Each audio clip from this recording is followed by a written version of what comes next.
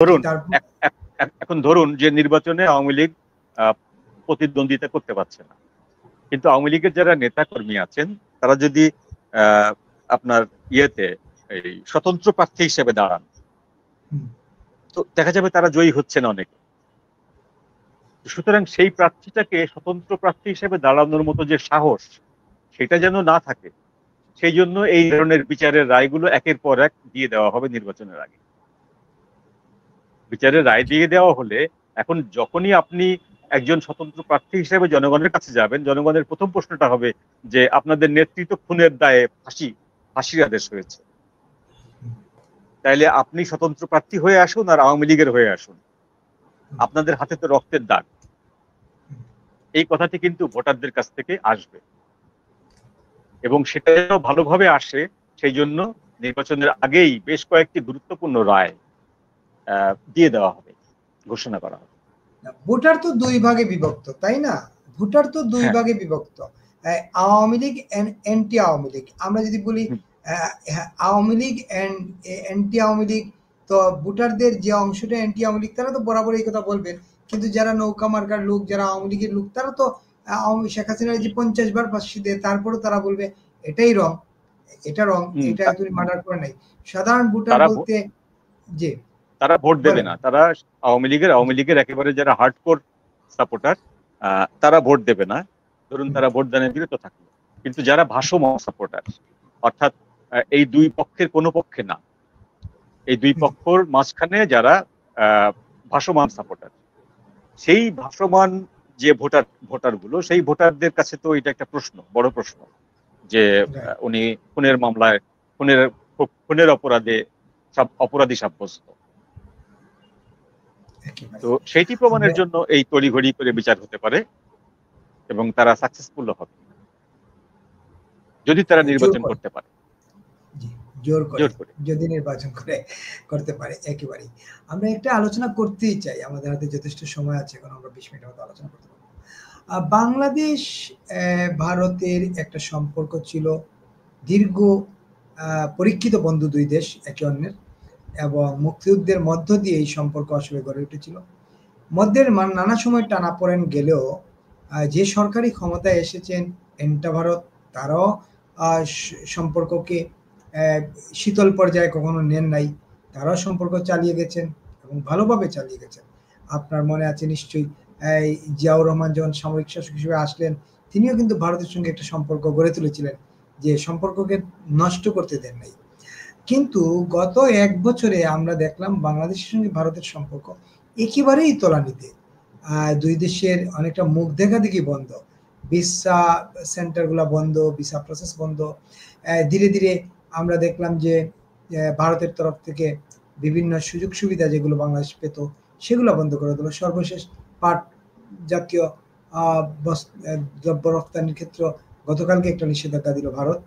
সব মিলিয়ে এই যে একটা বছর চলে গেল, বাংলাদেশ ভারতের এই সম্পর্কের শীতলতার মধ্য দিয়ে, চরম শীতলতার মধ্য দিয়ে, এইটার আর উন্নতির কোনো সম্ভাবনা আপনি দেখেন কিনা, নাকি ভিতরে ভিতরে প্রকাশ্যে ভারত বিরোধিতা করে দিল্লি না ঢাকা, ঢাকা ঢাকা বলে বলে 7 সিস্টার গিলে ফেলবো, এই চিকেন লেগ খেয়ে ফেলবো, তারপর এইটা করে ফেলবো, এইসব বলে বলে ভিতর ভিতর বা রাত হলে সম্পর্কটা আবার আর যোগসূত্রটা আবার তৈরি করা হয় কিনা, ভিতর ভিতর সম্পর্কটা চালিয়ে যাওয়া হচ্ছে কিনা?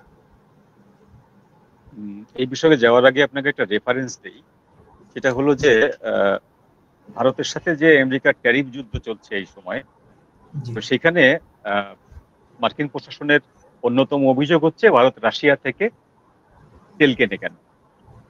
রাশিয়া থেকে তেল কেনার কারণেই আমেরিকা ভারতের উপরে ক্ষুব্ধ হয়ে 50% ট্যারিফ বসিয়েছে। মজার ব্যাপারটা হচ্ছে যে রাশিয়া থেকে তেল কেনার ব্যাপারে মার্কিন যুক্তরাষ্ট্র হচ্ছে 3 নম্বর ক্লায়েন্ট। 2022 সালে ইউক্রেন যুদ্ধ শুরু করার পরে রাশিয়ার উপরে শত শত স্যাংশন আরোপ করা হয়েছে মার্কিন যুক্তরাষ্ট্র থেকে, ইউরোপীয় ইউনিয়ন থেকে, ইউরোপের বিভিন্ন দেশ থেকে, জাতিসংঘ থেকে, একাধিকভাবে রাশিয়ার উপরে স্যাংশন পৃথিবীতে এখন সবচেয়ে বেশি স্যাংশন দেওয়া আছে রাশিয়ার উপর, সবচেয়ে বেশি। তো এই স্যাংশন দেওয়ার পরেও আপনি অবাক হয়ে যাবেন যে আমেরিকা কিন্তু রাশিয়া থেকে তেল ইম্পোর্ট করে, একদম, তাই না? তো বিষয়টা হচ্ছে এই জায়গায় যে ওপরে ওপরে আমাকে দেখাতে হবে রাশিয়া থেকে তেল নেওয়ার কারণে ভারত আমার শত্রু, অথচ আমি রাশিয়া থেকে তেল নিচ্ছি, ভারত কিন্তু আমাকে শত্রু বলতে পারছে না। ব্যাপারটা ঠিক এরকম বাংলাদেশের ক্ষেত্রে, যে বাংলাদেশে ভারতের যে খাদ্যপণ্য সহায়তার কর্মসূচি বা খাদ্যপণ্য এক্সপোর্ট সেটি বন্ধ হয় নাই, কারণ সরকার এই বিষয়টি চালু রেখেছে।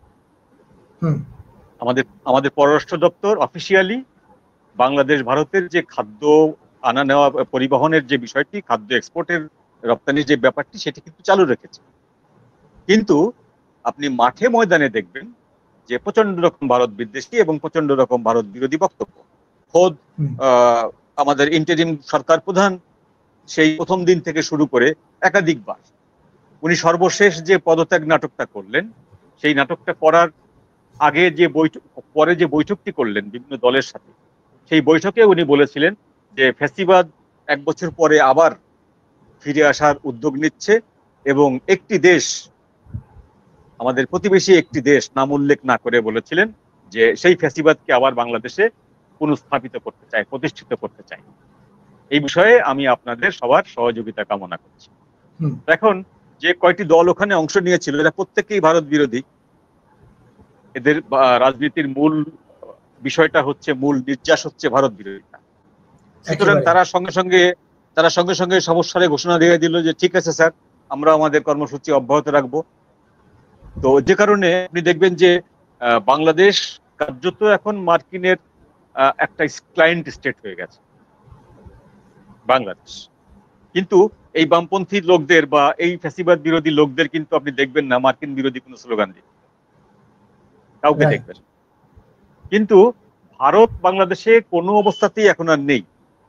ভারতের গোয়েন্দা সংস্থা পরাজিত, ভারতের তথ্য দিয়ে শেখ হাসিনাকে বাঁচাতে বা শেখ হাসিনা সরকারকে বাঁচাতে ব্যর্থ, ভারত বাংলাদেশ থেকে বিতাড়িত এক কথা। এবং ভারতের ইতিহাসে, বাংলাদেশের ইতিহাসে গত 54 বছরে এত বেশি ভারত বিরোধী বক্তব্য বাংলাদেশে এর আগে কখনো হয়নি। সব দিক দিয়ে দেখা যাচ্ছে যে ভারত বিরোধী যে জিগিরটা, সেইটি এখন বাংলাদেশের ইতিহাসে যে কোনো সময়ের থেকে বেশি।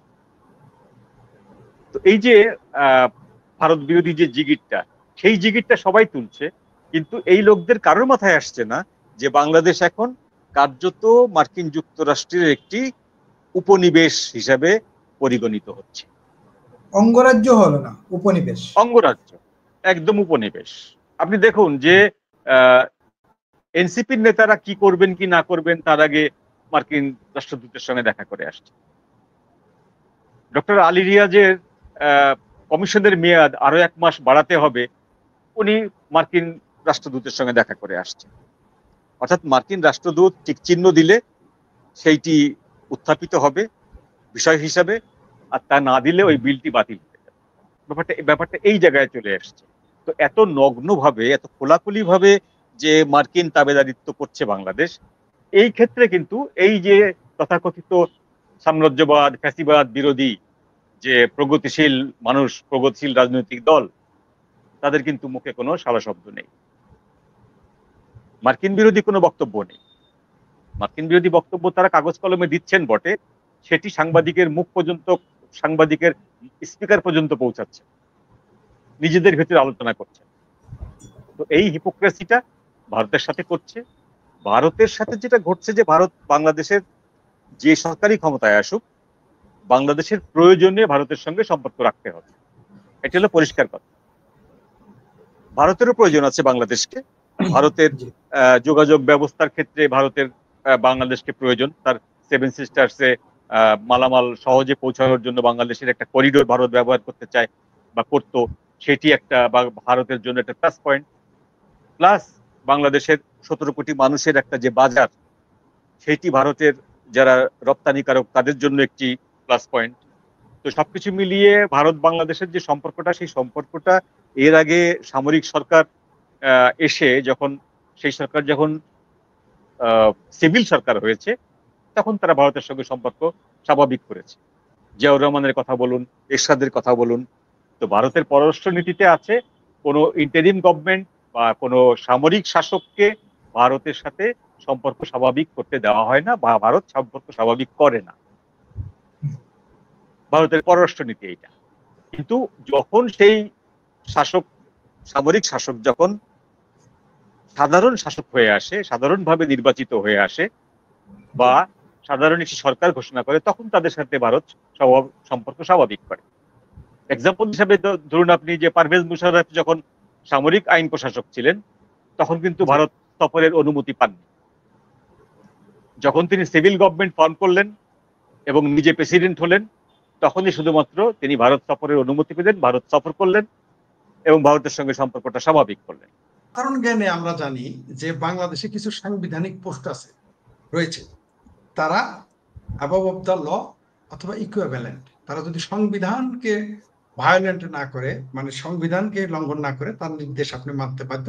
তাকে আপনি আইনের আশ্রয় নিতে পারবেন না। 1 নম্বর হচ্ছে প্রেসিডেন্ট, 2 নম্বরে হচ্ছে এই যে প্রধান বিচারপতি। আপনি তাকে কোনো অবস্থাতেই তার রায়ের জন্য, এমনকি তিনি যদি ভুল রায় দিয়ে থাকেন, ধরেন আমাদের 3 জনকে ফাঁসি দিয়ে দিয়েছে, নির্দোষ আমরা 3 জন, ফাঁসি দিয়ে দিল প্রধান বিচারপতি। আমি যতদূর জানি, যতদূর আমি শুনেছি আইনজ্ঞদের কাছে, আমাদের আইনজ্ঞ একজন সামনে আছেন, আমি জানি যে প্রধান বিচারপতির বিরুদ্ধে আপনি এবং প্রেসিডেন্টের বিরুদ্ধে আপনি আদালতে যেতে পারবেন না, সম্ভবই না। এটা রুলস, এটা জাতীয় এবং আন্তর্জাতিক ভাবে এটা স্বীকৃত।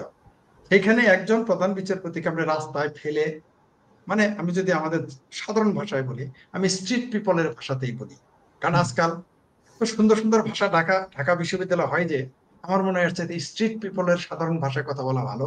এত সুন্দর সুন্দর তারা ভাষা নেই, মানে লাঠি চোদই যেভাবে দিয়েছে একজন বিচারপতিকে আদালতের পাড়ায়, আপনি যেভাবে অপমান অপদস্থ করেছেন, এটা এটা শুধু ন্যাক্কারজনক না, এটা আমরা যারা দেশের বাইরে থাকি তারা হাসাহাসি করে। তোমার দেশের বিচারপতিকে এইভাবে অপমান অপদস্থ করে, তোমার দেশের বিচারকদের এইভাবে আদালতে এইভাবে মারে, সেটা তো বলেই খোদ বিচারপতিরা তারা বিশ্বাসই করে নাই। আমি এই গত 10 মাসে কয়েকটা দেশে গেছি, ঘুরতেছি, তারা বিশ্বাসই করে না। মানে উনি যে আমাদের প্রধান বিচারপতি, এটা বিশ্বাসই করাইতে পারি না। এটা কি সম্ভব? এটা কি সম্ভব যে এই দেশে আইন আছে, আদালত আছে, পুলিশ বাহিনী আছে, আদালত, সেখানে প্রধান বিচারপতিকে, প্রেসিডেন্টের কথা বাদ, প্রধানমন্ত্রীর কথা বাদ, রাজনৈতিক ব্যক্তিত্বের কথা বাদ, আর প্রধান বিচারপতির পোস্ট রাজনৈতিক ব্যক্তি নিয়োগ পেল, প্রেসিডেন্ট রাজনৈতিক ভাবে নিয়োগ পেল, সেই পোস্টটা রাজনৈতিক থাকে না, এটাই আমরা জানি। মনে করেন এখন আমার পছন্দের লোকটাই বিচারপতি, আমাকে তো সংবিধানকে বিশ্বাস করতে হবে, মানতে হবে। সংবিধান ছাড়া একটা রাষ্ট্র চলে না। এখন সমস্যা হচ্ছে যে এরা দেশকেই মানে না। সংবিধান তো পরের কথা, যারা এখন ক্ষমতায় আছে তারা কারা? আমি এখন কথা বললেই বলবে আমি আওয়ামী লীগের পক্ষে কথা বলতেছি, এখন বলবে আমি শেখ হাসিনাকে ফিরিয়ে আনতে চাইতেছি। ভাই, এটা এখন আমার কথা না, এটা এখন বাংলাদেশের জনগণ। আমিও চাই না শেখ হাসিনা ক্ষমতায় আওয়ামী লীগ আসুক, কারণ শেখ হাসিনা আওয়ামী লীগ ক্ষমতায় আসলে বাংলাদেশের রাজাকারদের কপালে শনি আছে। আমি চাই না দেশে আরো ভেজাল বাজে। আমি চাই আওয়ামী লীগ দেরি করে আসুক। কিন্তু এরা যে কাজ করতেছে, প্রত্যেকটা ব্যক্তি, প্রত্যেকটা, আমি এই সরকারকে তো আমি সরকার বলি না, এনজিও গ্রাম সরকার বলে, আমি সরি, এর জন্য পিপল টক্স দায়ী নয়, আমি লাইব্রেরিস, আমি নিজ দায়িত্ব বলতেছি। আমি এদেরকে এনজিও গ্রাম সরকার এই জন্য বলি কারণ এরা একজন পলিটিক্যাল পার্সন নয়। দেশ কিভাবে নন পলিটিক্যাল ব্যক্তি দ্বারা চলে তার সর্বশেষ উদাহরণ বাংলাদেশ। তার কারণেই বাংলাদেশে আদালত চত্বরে মারামারি, তার কারণেই আপনাদের জামাই শ্বশুর বেড়াইতে গেলে, বিয়ের তারিখ দিতে গেলে জ্বালিয়ে পুড়িয়ে মেরে ফেলে, পিটিয়ে মেরে ফেলে। এই এনজিও সরকারের কারণে বাংলাদেশের অর্থনীতির ধ্বংস। এই এনজিওর গ্রাম সরকারের কারণেই ওই যে যারা থাকতো মেসে, ওই যে আমি এটা আমার কথা না, বিএনপির চেয়ারপারসন এর উপদেষ্টা হাবিব ভাইয়ের কথা, থাকতো মেসে, চড়তো বাসে, আজকে তারা 400 কোটি টাকার মালিক।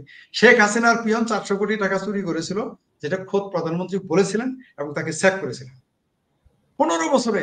আর বাংলাদেশে সলিমুদ্দির পোলা, কলিমুদ্দির পোলা, নাতি, মানে আমাদের জামালপুরে ভাষায় বলি, আমরা বলি কাইনসার বাপ, কাইনসার পোলা, মানে যার কোনো গুরুত্বই নেই, তারা এসে 150, 200, 400 কোটি টাকা এখন মারে। এখন জাহিদুর রহমান সাহেবেরা কথা বলে না, এখন ফরাদ মাজার সাহেবেরা কথা বলেন না, এখন বাংলাদেশে কোনো মিডিয়ায় কথা বলে না। যদি অনেকেই বলবে বাংলাদেশে মিডিয়া ভয় পাইছে, তাইলে ভয়ে যদি এখন চুপ থাকেন, তাহলে বোঝা গেল যে আওয়ামী লীগকে যতই স্বৈরাচার বলেন তখন এত ভয় ছিল না, অন্তত কথা বলার অধিকার ছিল। এত প্রমাণ হয় সুতরাং এই জন্য আমি বললাম এরা যা যা করতেছে সেটা আদালত চত্বর বলেন, এমনকি মসজিদের ভিতরে খুন করে, মসজিদের ভিতরে জবাই করে ফেলে চাপাতি দিয়ে, চপ চপ করে টুকরো টুকরো করে ফেলে। আপনি দেখেন এখন আবার আমাদের ধর্ম উপদেষ্টা, আমি সরি উপদেষ্টা বলার জন্য বিপুল টক্স দায়ী নয়, আমি এদের উপদেষ্টা বলি না, উপদেষ্টা তো আমাদের জাতির বিবেক। উপদেষ্টা মানে কি? নেতার চেয়ে উপরে, যার নিরপেক্ষ ভাবে আমার দেশকে এগিয়ে নিয়ে যাবে, এর তো উপদেষ্টা না, এর হচ্ছে অপদেষ্টা। তিনি বলেছেন মাজার আর ভাঙবো না, অথচ মানে দেওবন্দি মতবাদী হচ্ছে মাজার ভাঙতে হবে। সেই ব্যক্তি সভাপতি, তিনি হেফাজতে পাকিস্তান বলি আমি, আপনারা যদি বলেন হেফাজতে ইসলাম, আমি মনে করি হেফাজতে ইসলাম শব্দ যোগ করলে ইসলামের অবমাননা করা হয়। এটা আমার ব্যক্তিগত বিশ্বাস, আমি ধর্ম কতটুকু পালন করি ইট ডাজন্ট ম্যাটার। আমি মনে করি হেফাজতের সাথে ইসলাম যোগ করা মানে ইসলামের অবমাননা।